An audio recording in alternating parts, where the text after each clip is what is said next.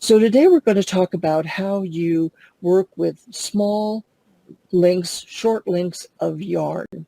We all have a pretty hefty yarn stash, I'm sure, and we are often adding to it. And so what happens to us is that we end up not having all of the length that we need to create something, and we wind up having lots of short yardage, maybe 5, 10, 15, 20 yards of yarn that we don't really want to throw away because it's expensive and we paid for it and we'd like to be able to figure out how to do something with it. So today I'm going to show you some ideas for how you can do that. The sweater that I'm wearing is a fisherman's rib or a half fisherman's rib. You can use the same stitch to do that. And it's a cotton, and I really love cotton yarn, but I also like to sometimes have something to dress it up a little bit if I want to wear it someplace where I'm maybe going to a gathering or something like that.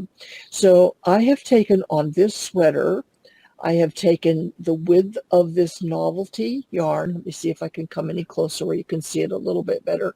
I've taken the novelty yarn, I've doubled it, and on the edge of this,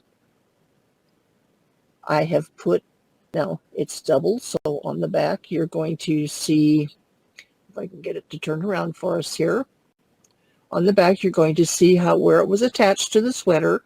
It came across and turned, and then I added the novelty to the edge, and then I stitched it down so that it would stay in place. Now, these are things that you can do with your extra pieces of yarn all the time. So what I'm going to show you now is some additional ideas for how you can do that. And let's go to here so you see the screen a lot better. And where you are here is you're going to be seeing that the sweater here is using a number of different types of yarn. So these are just short pieces of yarn. In the bottom, this is a plain black, and all these novelties were under 20 yards each, and I used more stitches between the rows on the bottom, and on the top I put fewer rows of the black. It's exactly the same yarn, in the exact same order. It's just that up here it looks like it is a vest. Now, because it can work and function as a vest, the nice part about this is it gives me the opportunity then to be able to use a yarn and create something really fun. This to me, I wear this all the time, and it's one of my favorite pieces, and I get a lot of compliments on it. And I have crocheted around the armhole and around the neck and just down to where the fake yoke starts. Because remember, this is knit all in one piece. I didn't take it off the machine and add a separate yoke all by itself, and I just added a unique button to finish it up so that it looks really nice. Now, this one is not reversible. So let's see if I can get this to come down here for us. This one is reversible. And what is fun about this is that you can use the backside of whatever you have. This happens to be the purl. This is a knit. You can put the knit side out and use the purl side as the turn back for your collar. If you don't want to have this showing on the front at all, but you still want a V-neck look, what you can do is just turn it underneath, so it goes to the underneath side of your piece, and you're not seeing any of your turn back. It's a preference. I also like to, when I'm working with, when I need a larger size, maybe I have a larger customer that I'm knitting for or designing for, I take this same pattern and knit a rectangle that is attached here on the side. Now, the pattern on the rectangle goes up and down.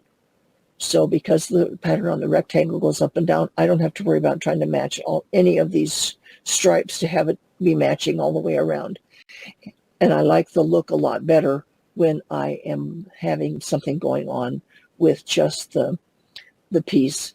Now, when I come on down then to the next section, this is the knit side out, And again, it just shows a little closer look of that particular piece and gives you a better idea of what those different amounts of yarn are and how they look together. So anytime you're working with, just pick complementary yarns that go together. Next time, tomorrow, I'm going to be talking to you and showing you about how to choose color combinations. And so what you're going to do then is just choose things that look like they would be fun together and create something that's really unique and unusual. Now let's go on down to the next slide.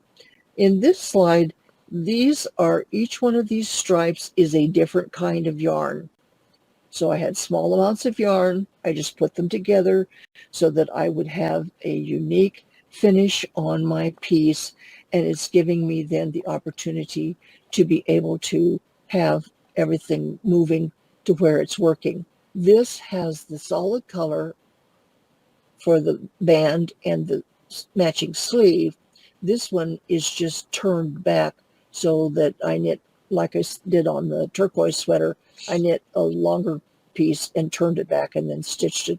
But it still can be something that can be worn front or back so that you don't have to worry about being limited in any way by the way that you're wearing it. I like having a lot of choices, and that gives me a lot of choices. Okay, now let's come over and take a look at this one. On this one, you're going to see that this is a band that has been knit with all your stitches, and going up, this is knit this direction, this is knit this direction. Now, when you are working with something like this, it's just really a matter of adding the details in where you want to have them added so that you get the end impact that you want. If you have a garter bar, you can do this on your knitting machine. If you don't have a garter bar, you can do it on your, just go ahead and use hand knitting perhaps, depending on the yarn that you're picking. This pink is a cotton. This is got a lot of cotton yarn in it and a lot of novelty yarn. So all the novelty yarn is synthetic, but it works together nicely as a piece that you can have something that's really quite unique and really quite fun and nice looking. And so these then become one of a kind because obviously you're not going to have that same combination of yarns that you're putting together again, and you may or may not have enough to do a second piece. But if you do, you can buy yarn and just decide to knit it this way. You don't necessarily have to go forward with trying to work with anything that is just bits and pieces. I just like to use all the bits and pieces that I have left over, so I feel like I haven't wasted my money with all the money that I've spent on yarn. Now, we also talked about we were going to have a way for us to be able to store our yarn. And this is a pegboard that is just anchored to the wall, and you can arrange your pegboard any way you would like it. Some larger cones need a little bit more spacing. Smaller cones can be put a little closer together.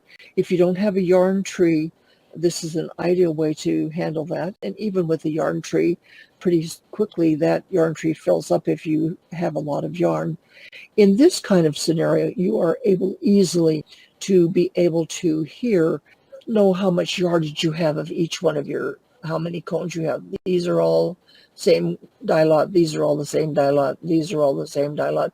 But you notice I have lots of little odds and ends and bits and pieces that are not yarn that I wouldn't have enough to make an entire item with. I certainly could do small items, and I certainly can put them into some of the sweaters like we're talking about with the uniqueness of the combinations of the yarn. But it's nice to be able to know. Now, if you do, for an example, have a sweater and a yarn that you want to create, but you do not have enough of the one color to do all of the pieces, you can actually go in and buy a similar color yarn as close in dye lot as you possibly can, and then you can mix them. So the bottom part of your sweater, you are going to, maybe in the bottom of the back, knit 2 rows from cone 1, knit 2 rows from cone 2, knit 2 rows from cone 1, 2 rows from cone 2. You can use yarn that way so that it isn't as obvious that it is a different color.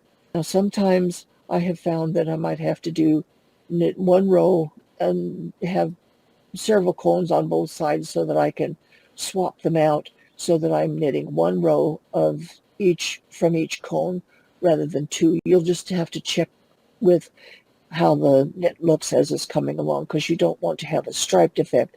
What you're trying to do is just to pull it together so that what you are accomplishing is that you have your pieces completed without really being very obvious that you have a situation where you have created any kind of a piece that is there, that is creating for you something that looks different than what you would like.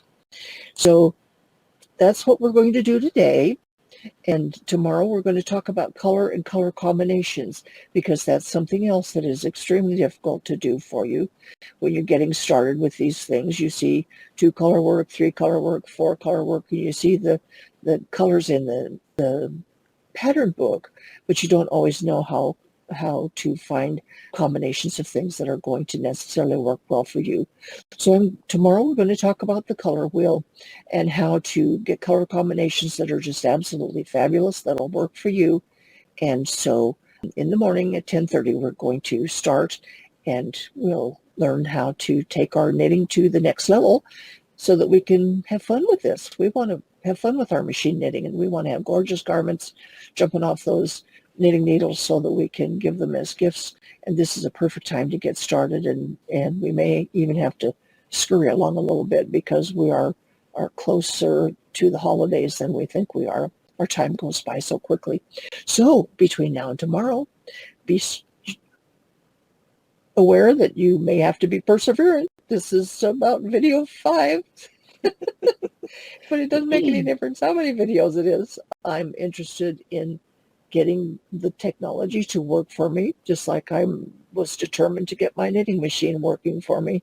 And I want to encourage you not to be discouraged, but just step back, kind of look at what's going on, make sure you're breathing and you're wiggling your toes and you're relaxing so that you can think about a solution that you can have that will solve the problem and allow you to move to the next step in the project that you're working on.